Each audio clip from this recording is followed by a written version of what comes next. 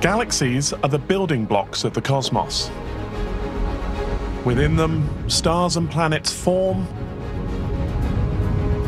and die. The Sky at Night has covered every major space science discovery in more than 60 years of occasionally quirky broadcasting. Line your finger up with my nose. It's absolutely tremendous. I'm going to do just a little mathematics. Please don't be frightened. Now we're going to use that archive to tell the story of galaxies, from their earliest origins to their very end. And in the process, answer some of the biggest questions in the universe. Good evening. Good evening. Welcome. Welcome to the Sky at Night, Guide to the Galaxies. Good evening. I want to begin by showing you a rather splendid picture. This is a galaxy, a system made up of thousands of millions of stars. And we must remember that we live in a galaxy. Our sun is a very humble member of the Milky Way system.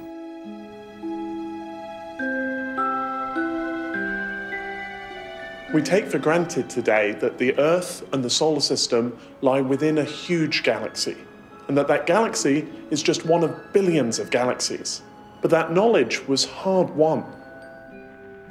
Just 100 years ago, we didn't know for certain that galaxies even existed.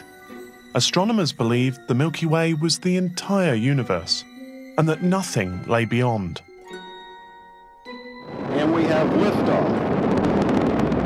The quest to discover the galaxies has been the story of how we found our place in the cosmos.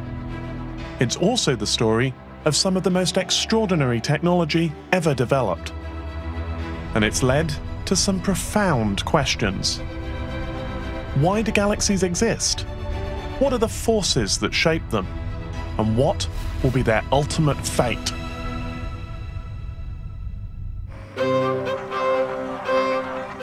The discovery of the galaxies begins around the start of the 20th century, when astronomers began to look more closely at patches of cloudy light in the night sky that they called nebulae.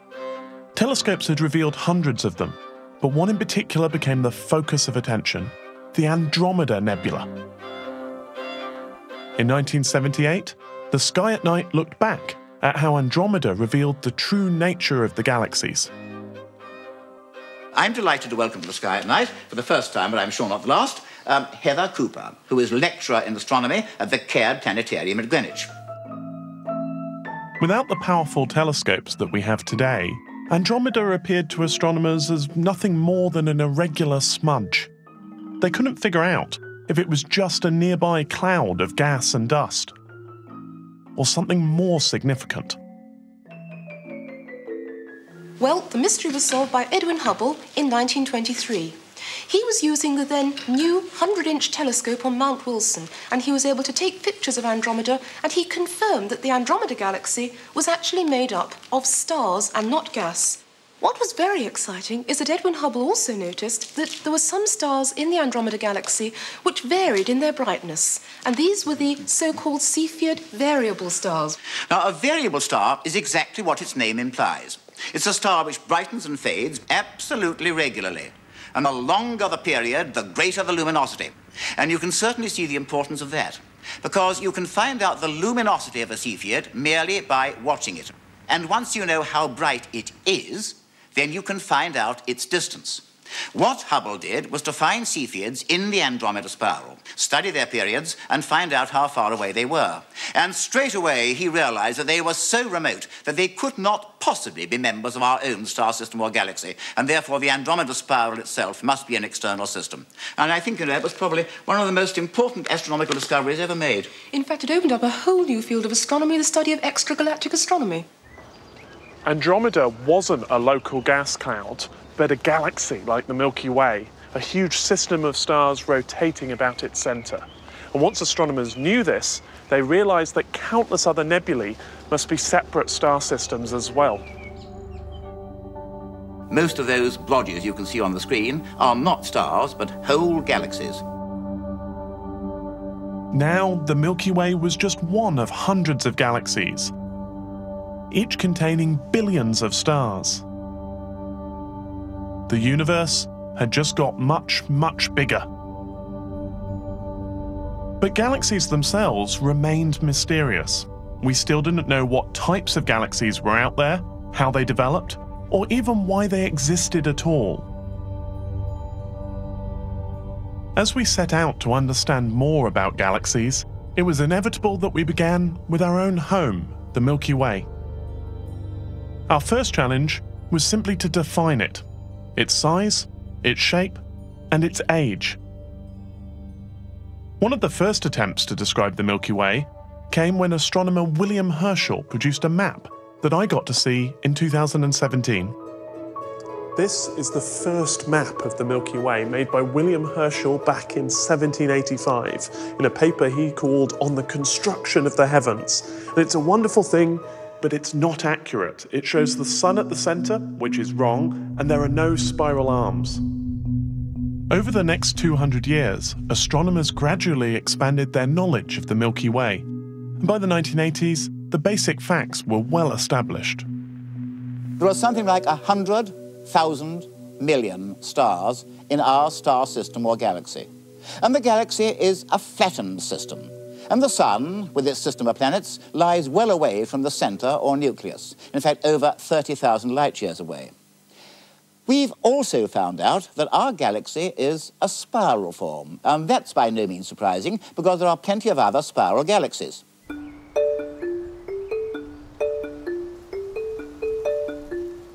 But there were still huge gaps in our knowledge. We had only a rough guess as to how many stars there were in the Milky Way. And although we knew it was a spiral galaxy, we didn't know how many spiral arms there were. Luckily, there were new telescopes on the way. Over the years, the sky at night has followed the development of many new telescopes. This is the MMT, or Multiple Mirror Telescope, on the very summit of Mount Hopkins in the Santa Rita Mountains of Arizona. I am standing on top of one of the most remarkable telescopes in the world. La Palma is now becoming famous in another direction. It's here that one of the world's great observatories is being set up. Just look at it. It's short and squat, with a maze of wires and girders. It's the first of a whole new generation of telescopes. Bigger and better telescopes were built above the clouds to lessen the distortion caused by the Earth's atmosphere. But still astronomers wanted more. To really see the Milky Way, we needed a telescope above the atmosphere. Liftoff of the Space Shuttle Discovery with the Hubble Space Telescope. The Hubble Space Telescope was launched in 1990. But unfortunately, when the first images came back from Hubble, they were a disappointment. It turned out there was a small but crucial flaw in the optics.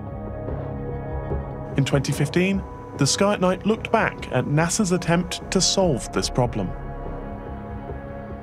Repairing Hubble would require one of the most audacious space shuttle missions ever conceived. 5 long spacewalks would be conducted over 5 consecutive days. In terms of complexity and ambition, nothing like this had ever been attempted. To pull it off, the NASA astronauts spent over a year undertaking the most immersive training program to date. Telescope mock-ups were submerged in a neutral buoyancy tank. Logging more than 200 hours underwater, the astronauts repeated the hundreds of complicated maneuvers required to fix the telescope until they became instinctive. On the 2nd of December 1993, the mission to repair Hubble launched. And we have liftoff. So, Houston, let's go fix this thing. Spacewalks are never routine, and the Hubble rescue mission was going to be harder than most. Back on the ground, the team at Mission Control held their breath. Carefully, astronaut Kathy Thornton maneuvered the new optical device into place. It's a very big box going in a very small hole with about an inch of clearance going in, and then obviously the clearances got tighter. Thankfully, it was a perfect fit. Good work, guys. But now scientists on the ground had to wait for the first images. On New Year's Eve 1993, they came in.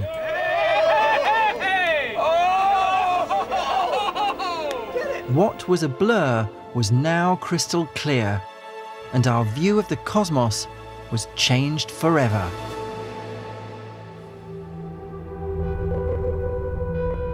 Hubble marked the beginning of a new era in the exploration of the Milky Way.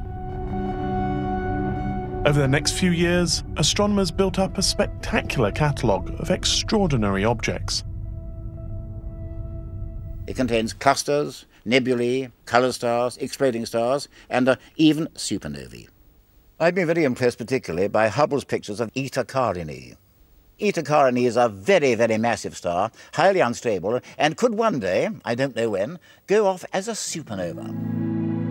Look at this picture of the Helix Nebula, which is simply an old star that's thrown off its outer layers, and this material looks rather like a shower of tadpoles, doesn't it? Just shows the great power of the Hubble telescope. The pillars of creation. That to me it symbolised the first of the Hubble images that started to come through that just gave this completely new vision of the cosmos. And it was just completely fascinating to think that this was what you could do with Hubble. Well, undoubtedly, it's the most amazing telescope ever built, and it's now a complete and utter success. Hubble's images took us on a virtual tour of the galaxy.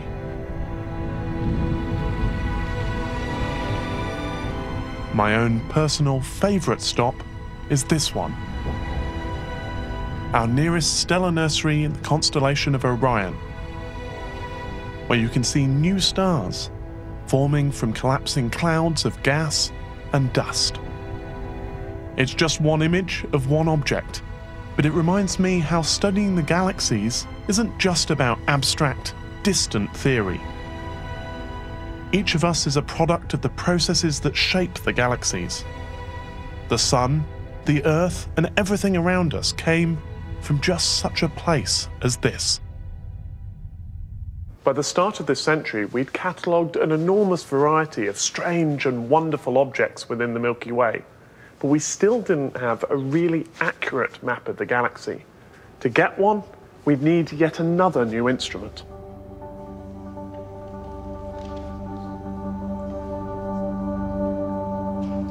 Enter Gaia, one of the European Space Agency's latest telescopes. In 2015, the Sky at Night visited the laboratory where its camera was made to learn a bit more about what makes Gaia so special. Gaia is a wide-field telescope designed to scan the entire sky. Instead of staring intently at individual objects, it's designed to give us a broad perspective. It's armed with two telescopes that focus light onto a sensor bristling with 1 billion photosensitive pixels. What we have here is a duplicate of one of the imaging sensors that makes up the Gaia array. In the full array, we actually have 106 of these, and so it's pretty impressive. Each one of these detectors is quite similar to the sort of thing you'll find in a consumer digital camera, but with one difference. The pixels in this are much, much bigger. The engineers have worked out that with bigger pixels, we can gather a lot more light. So much so that this sensor is capable of capturing more than 90% of the light that lands upon it, whereas my camera at home would be lucky to get 20%. Gaia is expected to detect and measure hundreds of stars every second. And it will revisit the same patches of sky 70 times, which will allow it to do something extraordinary. Not only will we have the most accurate map of our little corner of the galaxy, but also, for the first time, we'll record how the stars are moving. And that is a really powerful tool. Gaia took decades of planning before it finally launched at the end of 2013. But it was worth the wait. When the data came down, scientists were able to use it to construct a map like no other, a three-dimensional map of the galaxy. And in 2017, I got to see it for myself. So, Chris, welcome to our new map of our Milky Way. It's beautiful. You see immediately the sort of big picture structure. First thing to notice is that this is a map of the entire sky. But this stripe across the middle, this bright stripe, that's the galaxy. That's the Milky Way galaxy, that's right. What we need to do is zoom in. This is the top layer map, and now we're zooming in. So this is the inner parts of the Milky Way here, these big dust clouds and dust lanes, the dust lane.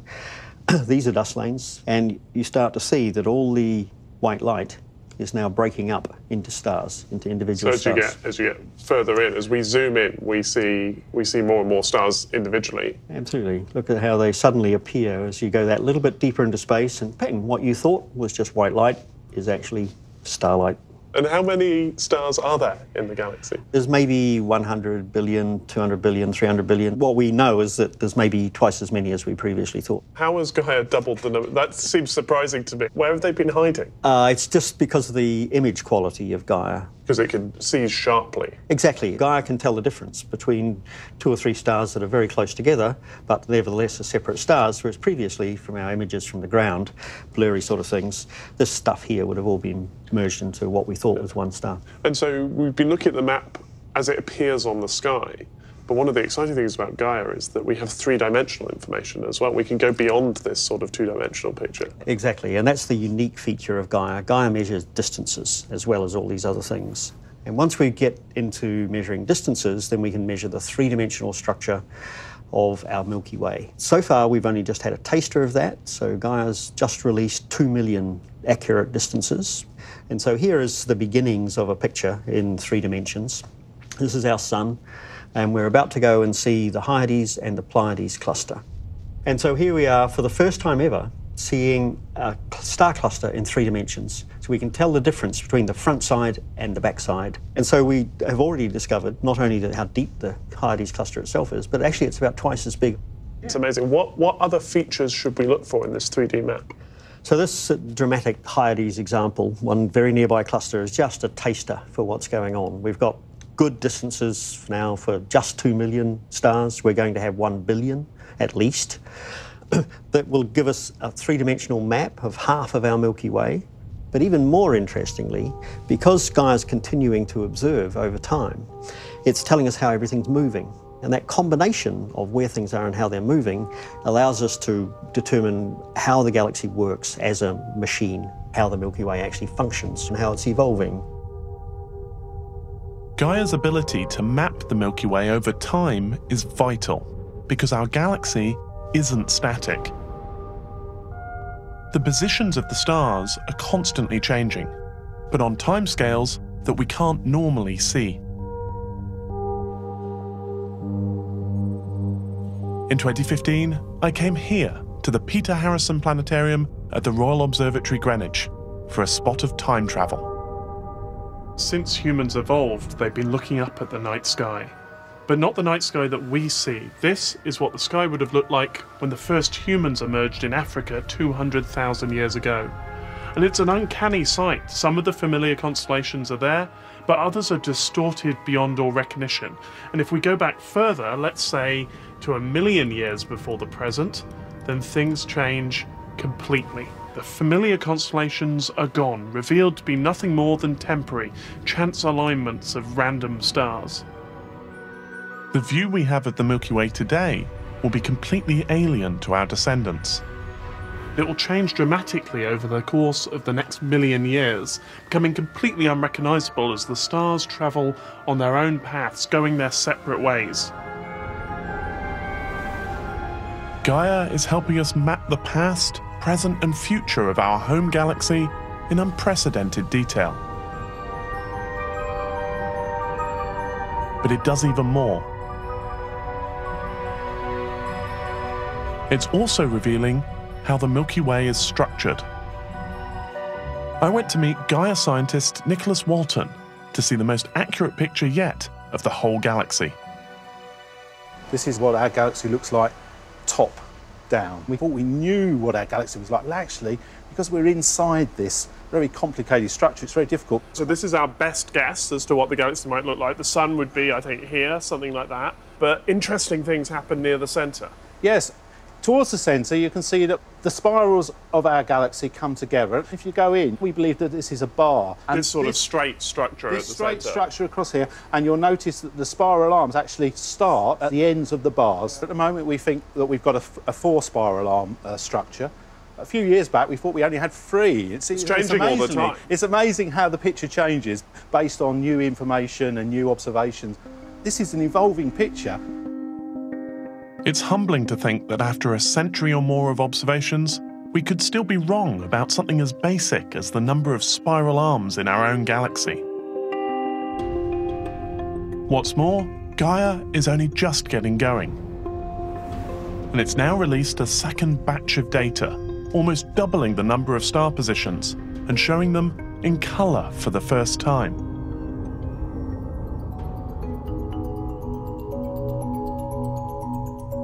Yet there's still one final mystery about the galaxy that needs explaining, and it lies at the very centre. Exploring what sits at the heart of the Milky Way ended up revealing one of the defining features of all galaxies. The problem is, it's almost impossible to see into the centre of the Milky Way, and that meant that for many years working out what was there required a fair amount of scientific guesswork. When we look toward the centre of the galaxy, we can't see it because there's too much gas and, more importantly, dust in the way. And it's rather ironical, isn't it, that we know more about the nuclei of some other galaxies than we do of our own. I think it's a real case of not being able to see the wood for the trees, actually. Nevertheless, let's now go on a journey to the centre of our galaxy and see what we can find. OK. So let's speculate, shall we? What exactly is it? That's the $64,000 question. More than 2 decades earlier, astronomers had detected something lurking at the centre, a bright, mysterious source of radio waves that we now call Sagittarius A star. But in fact, scientists suspected it wasn't a star at all. If astronomers are right, and there is no direct evidence, then this extremely hot, superheated gas is spiralling into a massive black hole which forms the centre of our galaxy. Yes. You know, I've a nagging doubt in my mind that some astronomers tend to introduce black holes every time they can't think of anything better. Despite Patrick's scepticism, evidence that black holes existed was mounting. But understanding the role they play in the galaxy's evolution would take decades more work. I think it's a good time to say something about black holes in general. So, what do we know about them? In theory, a good deal. Black holes were thought to form when massive stars collapsed in on themselves. Now, let's go to our old collapsed star. As it goes on getting smaller and smaller and denser, light cannot get away. And if light can't do so, then certainly nothing else can, because light is the fastest thing in the universe. So our old, collapsed, very massive star is now surrounded by a kind of forbidden area into which anything can go, but nothing, absolutely nothing, can come out. And that's what we call a black hole. Clearly, we can't see black holes. We can only detect them by their effects upon things that we can see. For 25 years, astronomers searched the heart of the Milky Way for the telltale signs of a black hole, using near-infrared instruments to track the motions of stars around the very centre. It became clear that they had to be orbiting around something small but incredibly dense, with a very strong gravitational pull. It had to be a black hole, and not an ordinary one that forms from the death of a massive star. It was a supermassive black hole. We think that this kind of black hole forms early in the life of a galaxy, even before there are any stars. And it wasn't the only one out there. We now think that there are supermassive black holes at the centre of almost every galaxy. Black holes seed the formation of galaxies, and they control how they evolve. What had once seemed like science fiction was in fact a fundamental part of being a galaxy. As for how the Milky Way's black hole might affect us here on Earth, Patrick was on hand with some reassurance. I think there's one point we ought to stress. There's no danger at all of the sun and the Earth and you and me being gobbled up by a black hole. Absolutely none, because black holes only suck up things in their immediate vicinity. Well, we told you it was like science fiction. it feels like we're living in a golden age of discovery when it comes to the Milky Way. We may not have unlocked all of its secrets, but we know that it is 13.5 billion years old. It contains perhaps as many as 400 billion stars, arranged in 4 magnificent spiral arms that stretch 100,000 light years across. And it takes our solar system roughly 230 million years to make one complete rotation about the galaxy's center. But however much we learn, the Milky Way can only tell us so much about galaxies. It's a case study of one. To really understand galaxies, how they form, how they evolve, and what will become of them in the future, we need to cast our net wider.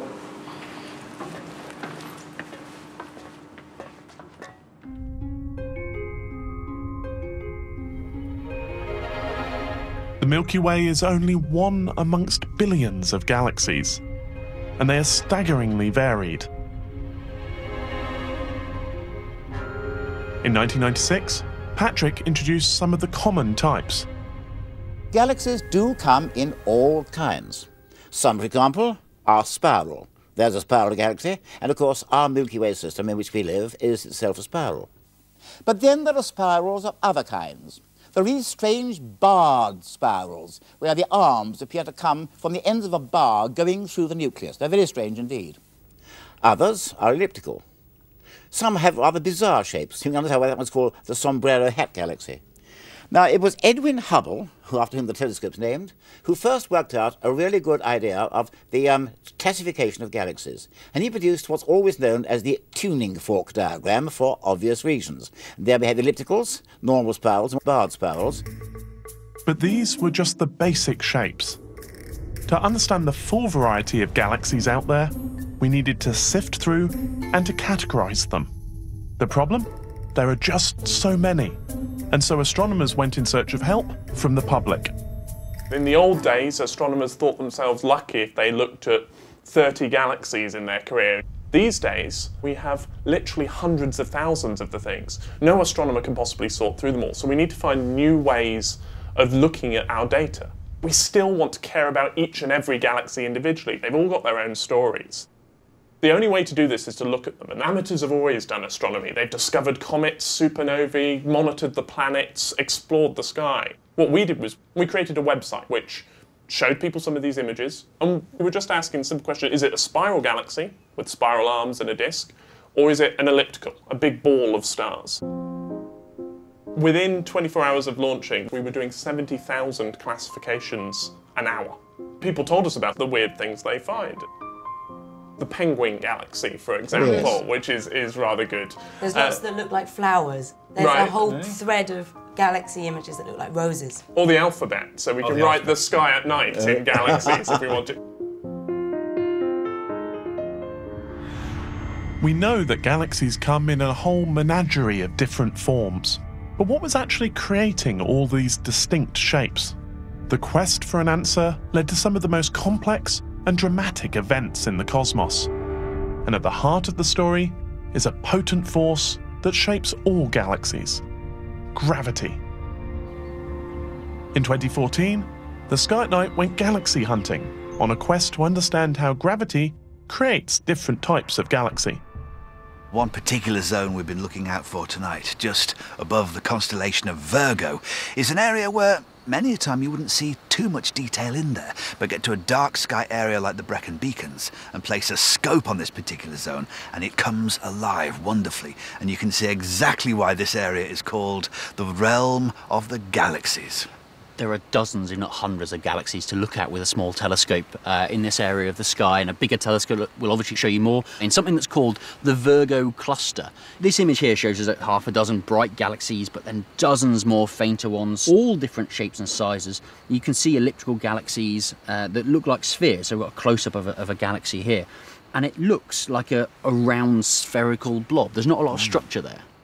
That's the combined light of billions of stars all glowing together. So it's quite a humbling thought when you think of that. So if we take a look at the very familiar spiral galaxy, You know, what would be the forces that would cause a galaxy to form rather like this? Galaxies form from roughly spherical-ish blobs, groups, clumps of gas and dust, and they collapse under gravity. Now, if there's a preferred direction of rotation to that gas and dust, then that will settle into a disk, and that's what happens with spiral galaxies like this. The gas and the dust collects into this disk, and then new stars form, and we see the patterns we see today because of this axis of rotation. Astronomers knew how spirals form, but just as interesting was discovering what was going on inside the spirals. To find out, you need to look through a range of different telescopes. Take M51, the glorious Whirlpool galaxy. Switch to a radio telescope, and we get a very different view. This remarkable image reveals the distribution of hydrogen throughout the galaxy. Hydrogen is the raw material from which stars are made, and this image shows that it stretches far beyond the main disk. But the radio image can't show us where stars are actually forming. For that, we need to switch to another wavelength, the infrared. What we can see in this image is light from more stars than we'd otherwise see in the visible. By using the infrared, we're able to peer through the dust that would otherwise obscure our view. And we can go further than that, and the colour here represents the different wavelengths of infrared light. The whirlpool itself has this brilliant red glow. That's light from the dust and gas, the fuel of star formation, which you can see is spread throughout the disk. But if you look along the spiral arms themselves, and only on the spiral arms, you see these bright knots, these bright blobs that are shining very brightly. They're places where thousands of stars are being born. So what this tells us is that it's not enough to have the raw materials for star formation. There's dust and there's gas throughout the disk, but it's only when it gets twisted up into these spiral arms that it can become dense enough to form stars. The spiral arms are where the action is. Spiral galaxies make up almost half of the star systems we see in the local universe. The spiral arms are areas of vigorous star formation, generated as the galaxies rotate. But what about elliptical galaxies? It turned out that the forces that create these are even more dramatic. It's a process we can investigate close to home in the interaction between the Milky Way and our nearest neighbour, the Andromeda Galaxy. The Sky at Night explored the key sequence of events in 2007. The great Andromeda Galaxy, more than 2 million light years away. But it won't always be that way. It's coming towards us, and it's going to collide with our Milky Way. Not for at least 1,000 million years, but collide it will. It's going to be quite a sight. And I'm joined now by two eminent experts, Professors Carlos Frenk and Derek Ward-Thompson. Derek, Carlos, welcome back to the program. Good to see you again. Hello, Patrick. First of all, why is it coming towards us?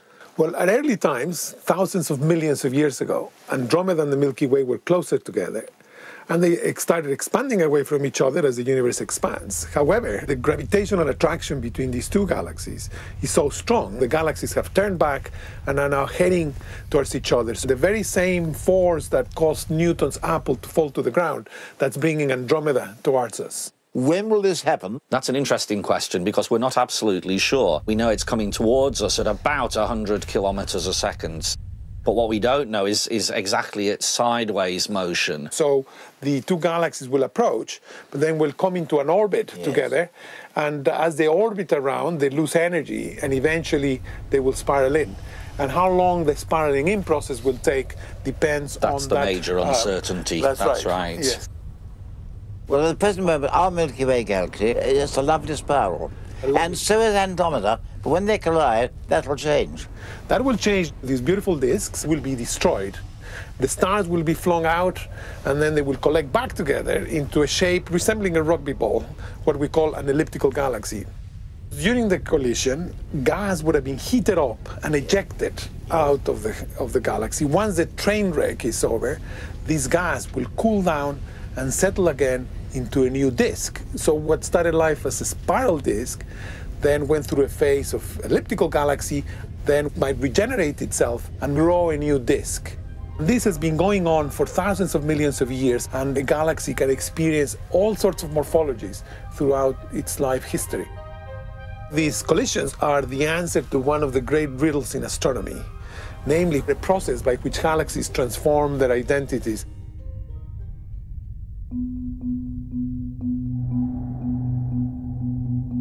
The collision of the Milky Way and Andromeda will eventually create a new, giant galaxy. But it will be at least another 4 billion years before the merger is complete.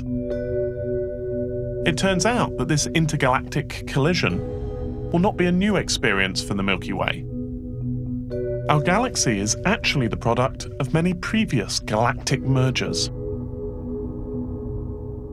The main disk of the galaxy is surrounded by a halo of stars and clusters which live both above and below the disk like this. But what's new is that thanks to Gaia, we can work out how this whole system is moving. Now, the disk is rotating. We've known that for a long while, so it's spinning in this sort of direction.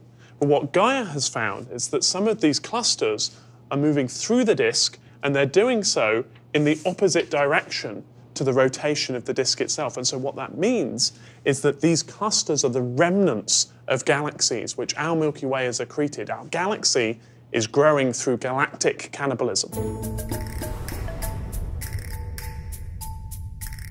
The Milky Way is not the only galaxy devouring a neighbour. Turns out that if you know where to look, the night sky is littered with similar scenes of cosmic carnage. From Earth, we see these events at a single moment in time. They take millions of years to happen, but we see only a single snapshot. These snapshots capture collisions at every stage of the action. What have you got for us? Nick? Well, we're looking at an image of M51 at the moment and the interacting galaxy NGC 5195. What do you reckon, Carlos? I reckon it's just about to have its dinner, the big one. Snacking on this small object, and it's about to gobble it up. Another good example of colliding galaxies is in Centaurus A.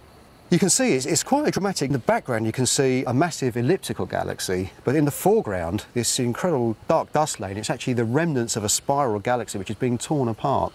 And it's actually thought that new images show a third galaxy having been shredded to some degree in the past. When I started my PhD in the 1980s, this galaxy was a big mystery. Now we know that galaxies fall into each other all the time. Where shall we go next? And we can look at another popular target.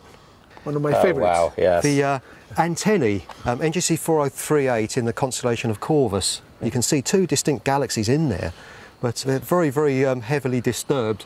It's almost as if they're dancing around each other. These ones have been caught in the act. They are in the process of merging. And this is one of the spectacular events that happens to galaxies of comparable size caught in the act of merging. And as Derek says, they engage in some kind of cosmic dance. And eventually they'll fuse together and produce one object after destroying each other in the process. But this is a beautiful image. That's probably the most famous colliding galaxy in the sky. Let's go to some of the slightly more obscure but interesting ones. Oh, wow, look at this. This is the mice. The mice. Yeah, this is a Hubble Space Telescope image, I think. These two could well be orbiting around each other, having already interacted once and torn out these streams of stars and gas from each other's galaxies and triggered new stars all the way along. You can see the tails are very blue, again showing us the characteristic signature of young stars. This is very nice. NGC 6770, a nice pair of spirals. I think that's right. The two galaxies are not really heading towards each other, but they have a motion sideways, and so they orbit. And then the orbits don't last very long. We should add, of course, that to a cosmologist, anything less than 1 billion years is fast. Okay, well, I think there's one more image, so let's have a quick look at that. This is Stefan's quintet. Cluster of galaxies, that's right, where two, certainly in the middle, are in the process of merging, interacting at the moment and dragging out tidal tails and all sorts of other interesting There's some kind of features. promiscuity going on in here. You can see 5 or 6 of these objects engaged in some sort of indecent activity here.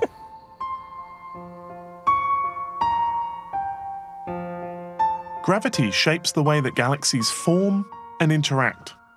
But what about the interactions of galaxies on an even bigger scale? Galaxies are the units of the universe, and we want to find out about the distribution. Surprisingly, when we look at the arrangement of galaxies in space, we start to see larger structures appearing. At the smaller end of the scale, galaxies collect together under the influence of gravity in groups. For example, the Milky Way is part of what's called the local group, made up of over 50 galaxies. I know you've been making a close study of the local group, so first of all, what does it contain? Well, as far as groups of galaxies go, Patrick, our own local group isn't terribly spectacular. It contains a couple of giant galaxies, like our own galaxy and the galaxy in Andromeda, a few medium-sized galaxies, like the Magellanic Clouds and the galaxy M33 in Triangulum, and a whole hodgepodge of small galaxies, tiny dwarf galaxies, which are scattered all around the local group. And here am I, standing inside the local group, and you have to imagine I've been blown up by something like 10,000 million times, and that gets me on the right scale. The local group is about 5 million light-years across and has a sort of flattened distribution, as you can see around here. We believe also that our local group is part of a larger association known as the supercluster, centred upon the group of galaxies in the constellation of Virgo, more than 50 million light-years away.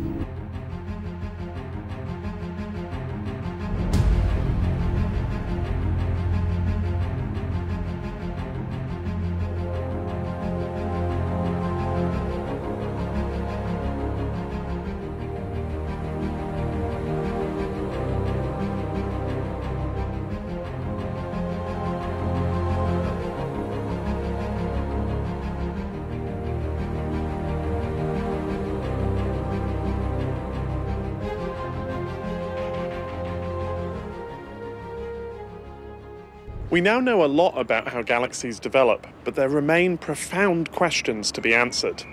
Where do galaxies come from in the first place? Why do they exist at all? And what will eventually happen to them?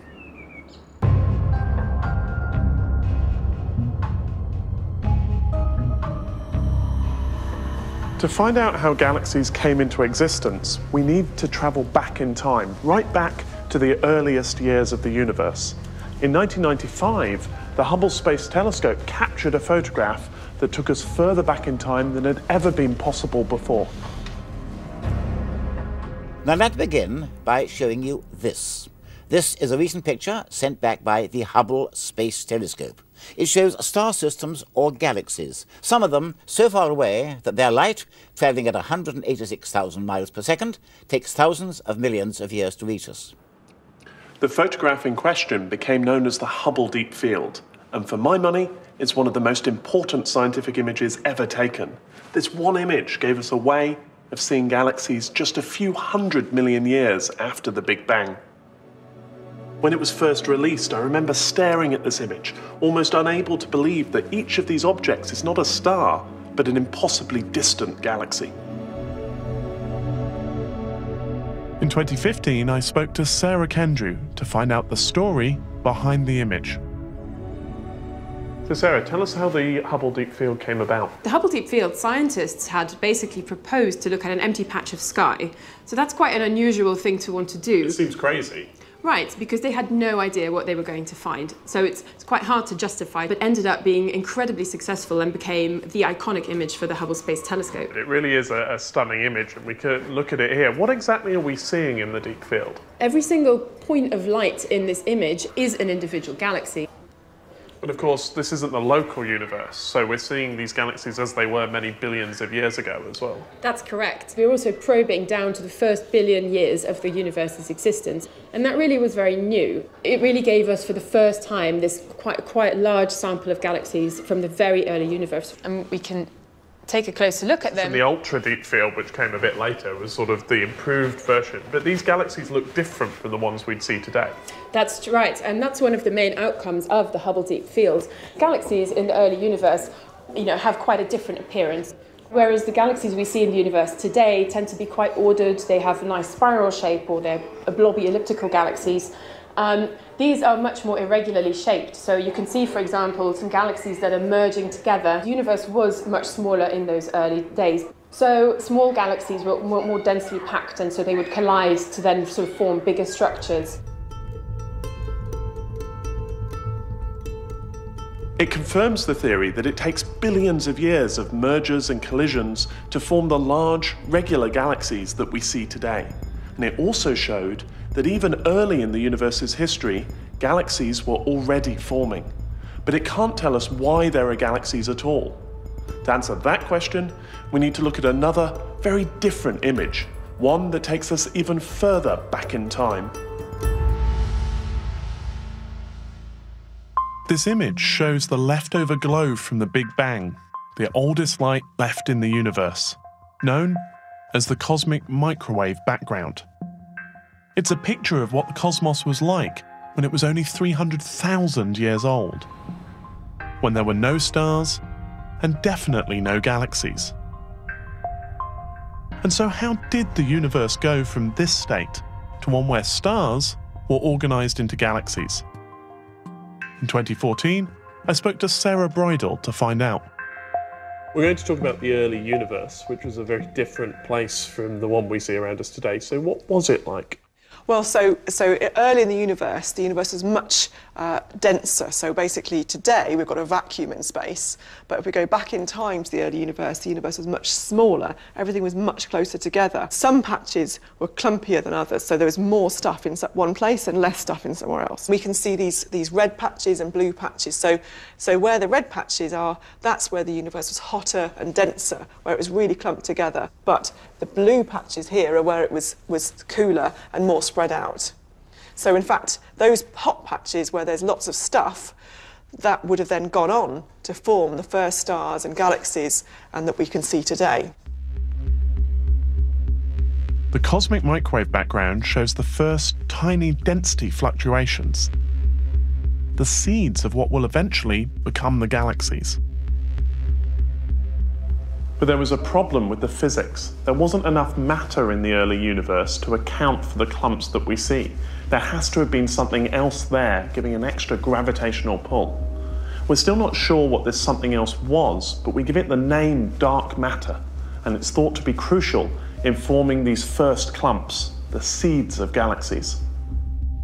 Unless we can understand and detect dark matter, we can't explain how the stars and the galaxies came into being. But the problem with dark matter is that it doesn't normally interact with anything except through gravity. That makes it almost impossible to detect. Despite looking for more than half a century, we still haven't found anything.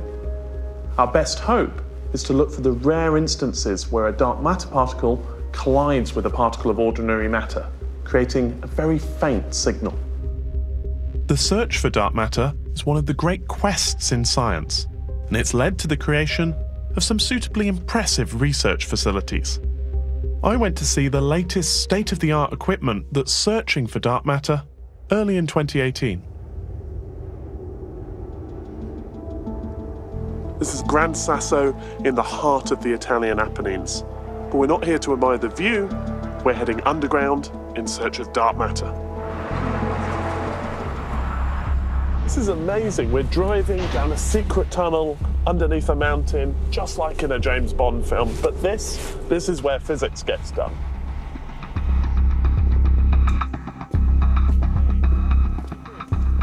I met up with Rani Budnik, who showed me the experiment that he's working on. This is the xenon experiment. This is amazing. This place is enormous. The lab is underground to escape from cosmic rays, high-energy particles that rain down on us from space all of the time. Down here, there are 1 million times fewer than at the surface. Vital if scientists are going to have any chance of spotting the subtle signals of dark matter. That's the job of Xenon 1T, a detector filled with 3.5 tons of liquid xenon. The theory is that just occasionally, a particle of dark matter will collide with a xenon nucleus, and that can be detected. What we're looking for is basically kind of a billiard ball interaction. Our xenon nucleus basically is being kicked, This particle gets some energy and then deposits the energy inside our detector. Okay, so you're looking for these direct hits. Exactly. These rare cases when a dark matter particle happens to hit directly a xenon nucleus. Yes. Well, that's the cheerful possibility. You could press the button and see nothing. Exactly. This is actually what usually happens, or what happened all the time so far. Hundreds of scientists have spent a decade looking for dark matter at Gran Sasso, and they're still looking. So for now, our best understanding of how dark matter helped create the early stars and galaxies comes from computer models. In 2015, Jim Al-Khalili went to meet Andrew Pontzen to see the latest model in action.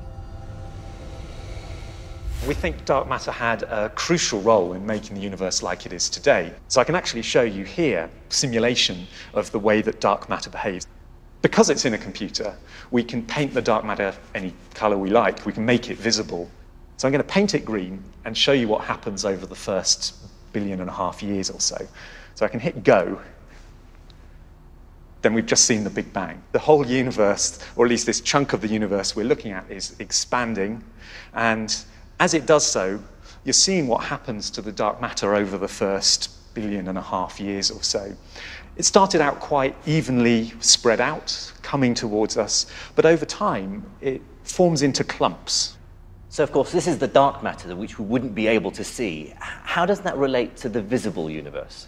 Yeah, we can switch views and show what the computer thinks the visible universe would look like at this time.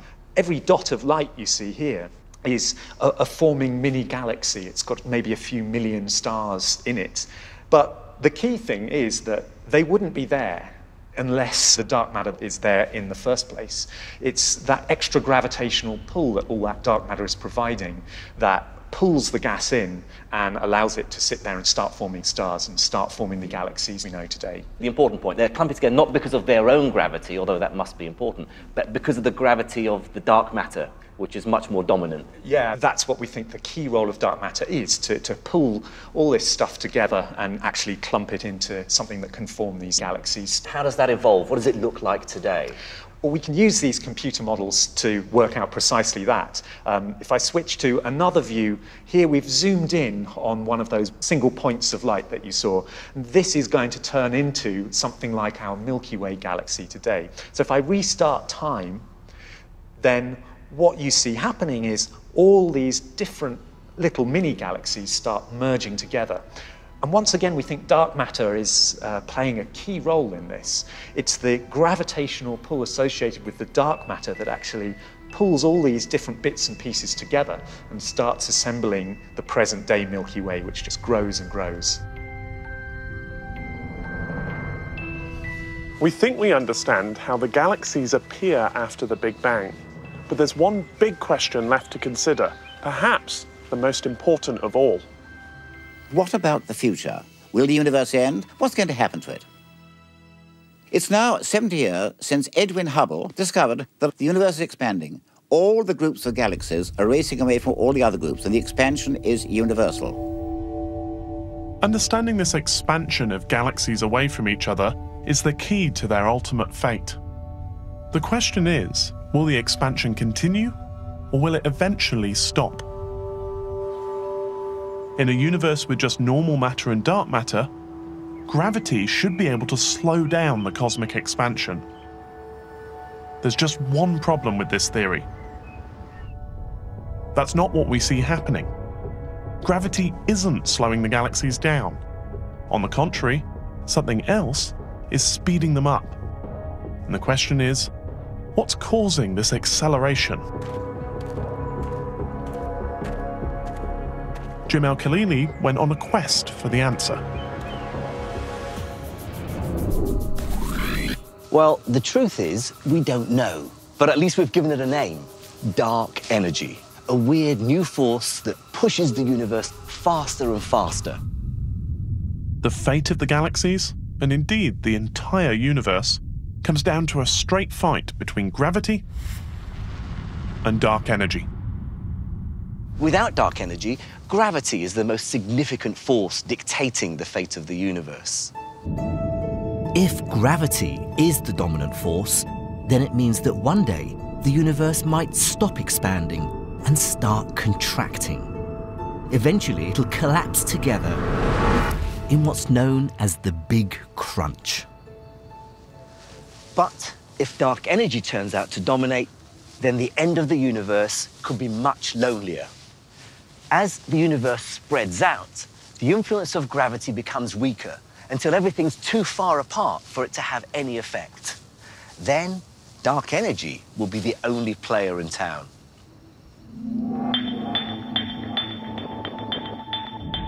As dark energy keeps pushing the universe apart, eventually all galaxies will move so far away they'll become invisible to each other. The distances between them will become so great that light from one would never reach the others, and the universe will disappear into darkness forever.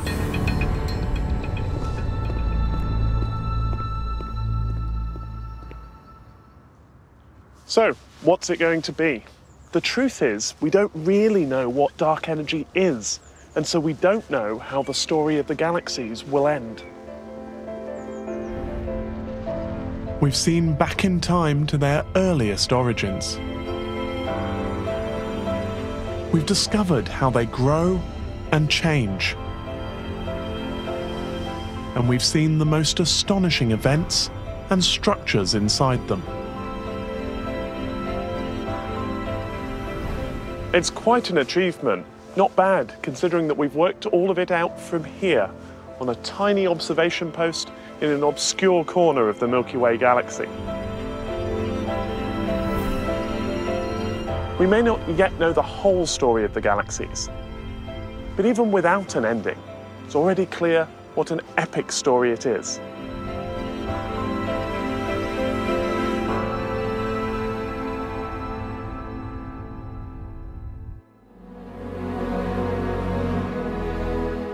And for another epic space story, don't miss the feature-length documentary The Last Man on the Moon on BBC iPlayer.